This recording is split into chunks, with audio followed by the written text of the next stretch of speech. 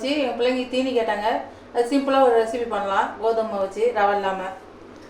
அதுக்கு தேவையான அளவு கோதுமை மாவு, தேவையான அளவு சர்க்கரை. உங்களுக்கு சர்க்கரை தான் பிடிக்கும், நாட்டு சர்க்கரையும் போடலாம், வெல்லமும் போடலாம். எது வேணாலும் உங்களுக்கு எது விருப்பமோ அதை போட்டுக்குங்க. ஹாய் ஃப்ரெண்ட்ஸ், இப்போ கோதுமை மாவு பணியாரம் செய்கிறோம். இந்த சேனலை ஃபஸ்ட்டாக பார்க்குறவங்களா இருந்தால் சப்ஸ்கிரைப் பண்ணிடுங்க, லைக் பண்ணிடுங்க. இப்போ வாழைப்பழத்தையும் முட்டையும் ஏலக்காயும் போட்டு மிக்சியில் அடிச்சுட்டு வந்தால் தான் நல்லா சாஃப்டாக இருக்கும் பணியாரம் சாப்பிட்றதுக்கு.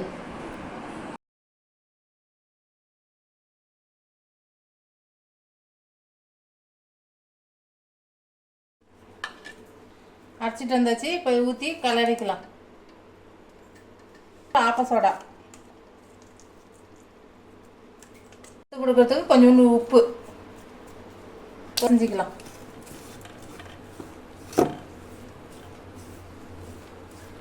இதில் கொஞ்சம் போடலாம், நல்லாயிருக்கும். அரிஞ்சியும் போடலாம். நாங்கள் குழந்தைங்களுக்கு கொடுக்கறதுனால அவங்களால மெல்ல முடியாது, அதனால் நாங்கள் தேங்காய் துருவல் மட்டும் போடுறோம். நீங்கள் அரிஞ்சு போடுங்க. பால் ஊற்றி கூட நீங்கள் பிசைஞ்சிக்கலாம், ரொம்ப டேஸ்ட்டாக இருக்கும். ஈவினிங்காக கேட்டாங்க, அதனால் சரி 4 மணி ஆக போகுது, அதனால் நான் போடுறேன். இப்போ போடலாம் பாருங்கள் எண்ணெயில்.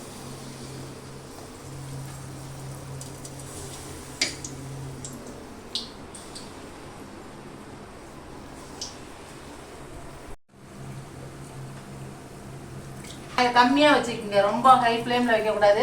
அது லோ ஃப்ளேமில் வச்சு 2 பக்கம் திருப்பி விடுங்க. அப்போ தான் நல்லா வேகும். இல்லை மேலே வந்து உள்ளே வேகாத இருக்கும்.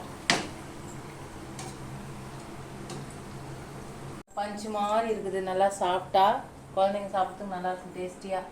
இந்த மாதிரி நீங்கள் ட்ரை பண்ணுங்கள்.